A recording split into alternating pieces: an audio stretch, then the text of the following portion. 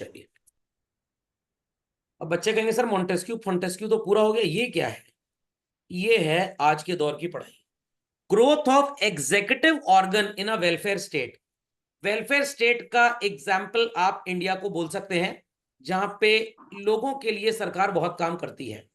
Sir growth of executive organ है, why not growth of judicial organ? कोई high court supreme court थोड़ा बढ़ गए, उनका कंट्रोल तो इंडिया में जैसे पहले था आज भी वैसे। ये थोड़ा वो पाकिस्तान के खिलाफ केस सुनाएंगे, फिर वो चाइना के खिलाफ केस सुनाएंगे, ऐसा होता है क्या? नो। पार्टी बदलती है, प्रेसिडेंट साहब बदलेंगे, वाइस प्रेसिडेंट बदलेंगे, प्राइम मिनिस्टर बदलेंगे, हाई कोर्ट सुप्रीम कोर्ट बदल जाएगा जब सरकार बदलेगी?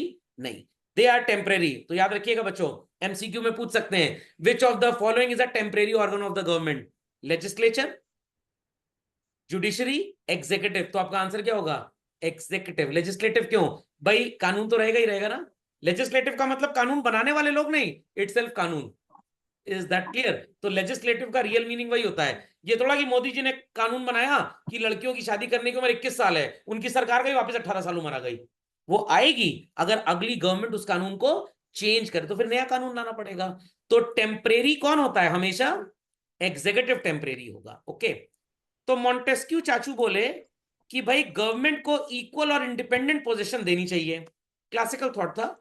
वेलफेयर का मतलब क्या है? Government health, education, food. हाँ सर हमारे यहां होता है।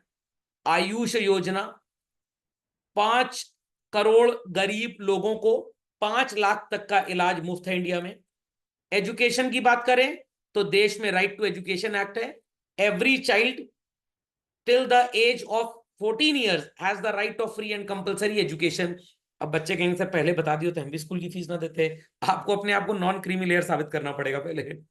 फूड, ध्यान से सुनिएगा, 2,000 रुपए महीना देते हैं Modi ji, plus public distribution system, ration की सस्ते गल्ले की दुकान, जहां घटिया चावल मिलता है वहां से फ्री मिलता है कि नहीं मिलता? तो ये सब काम इंडिया में हो रहा है कि नहीं हो रहा? पब्लिक डिस्ट्रीब्यूशन बता दिया। पब्लिक ट्रांसपोर्ट, अभी रक्षाबंधन आएगा, फॉर ऑल फीमेल्स 2-3 दिन का ट्रैवल एकदम फ्री रहेगा। देयर आफ्टर इलेक्ट्रिक, इसकी तो सर बात ही ना करिए, ये कभी ना सुधर पाएगा हिंदुस्तान में। क्यों? के टाइप के लोग बहुत है ना, कटिया टाइप के, यहाँ पे खूब कटिया चोर हैं यहाँ पे। सो जैसे जैसे देश तरक्की करेगा बच्चों, एग्जीक्यूटिव के फंक्शंस बढ़ेंगे।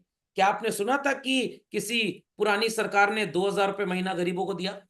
क्या हिंदुस्तान में राइट टू एजुकेशन एक्ट शुरू से 1947 से था? नहीं। जब लगा कि माँ बाप अपने बच्चों को स्कूल ही नहीं भेजते हैं गाँव वगैरह में, तो भाई मिड डे मील वगैरह प्रोग्राम भी इसके अंदर ऐड कर दिया गया। What is the modern thought? Executive बोलता है कि भाई कानून बनाओ, और जुडिशियल जुरिस्डिक्शन के हिसाब से काम धाम संभालने के लिए वो भी बोलता है।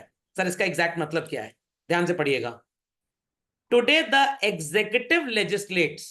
अगर मोदी जी को लग रहा है कि भाई नोटबंदी के ऊपर कानून आना चाहिए, तो वो एमपीज के साथ बैठकर बिल लाएंगे। अगर मोदी जी को लग रहा है कि हमको रशिया के साथ डील डिफेंस की करनी चाहिए, तो उसके ऊपर वो एक कानून बनवाएंगे। तो अगर आपकी कंपनी है और आपके सेल्समैन आपको कुछ बोल रहे हैं, बॉस ये प्रोडक्ट मार्केट में इस तरह से बेचो तो कस्टमर ज्यादा बचेंगे, तो आप सेल्समैन की बात सुनेंगे कि नहीं? तो सेल्समैन कौन है? एग्जीक्यूटिव। और आप रूल बनाने वाले उसके बॉस हैं। तो भैया सेल्समैन की बात को अगर बॉस नहीं सुनेगा तो कैसे कंपनी चल पाएगी? ओके, तो जिनको मैनेज करना है उनको ही आप सो कॉल्ड गूगल वाले सबसे अच्छा मैप कब बना पाएंगे? जब वो ड्राइवर से बात करें या सवारी से बात करें? ड्राइवर से, क्योंकि ड्राइवर को पता है कि मेरे को मैप कैसे यूज करना है। Is that clear? So they exercise the judicial jurisdiction and plan the future activities of the government. Okay, तो इस पॉइंट से मेरे को जम्मू एंड कश्मीर का आर्टिकल 370 याद आता है। अगर ना हटता तो गवर्नमेंट का जो जुरिस्डिक्शन है वो जम्मू कश्मीर में अप्लाई ना होता, क्योंकि जम्मू कश्मीर का तो स्पेशल लॉ था, तो इंडिया की पुलिस वहां नहीं जा सकती, हम वहां कोई नेटवर्क नहीं सेटअप कर सकते। बट आर्टिकल 370 हटा तो हमारा जुरिस्डिक्शन लेवल वहां तक भी पाव पसार गया। तो बारकर भाई साहब क्या बात कर रहे थे? If the growth of legislative organ in consequence of the cabinet system was notable feature of 18th century, it may be said that growth of executive organ in today's 20th century is of very much importance children। तो 18वीं सदी में हमने ज्यादा importance किसको दिया? कानून को। आज हम ज्यादा इंपॉर्टेंस किसको दे रहे हैं? कानून के कार्यपालकों को। तो दादाजी इंपॉर्टेंट हैं घर में, थे भी, उन्होंने घर बनवाया, बट पापा की जिम्मेदारी है उस घर को संभाल के रखना।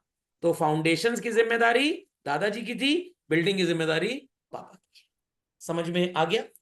चलिए, इसी के साथ आपका चैप्टर होता है लगभग समाप्त।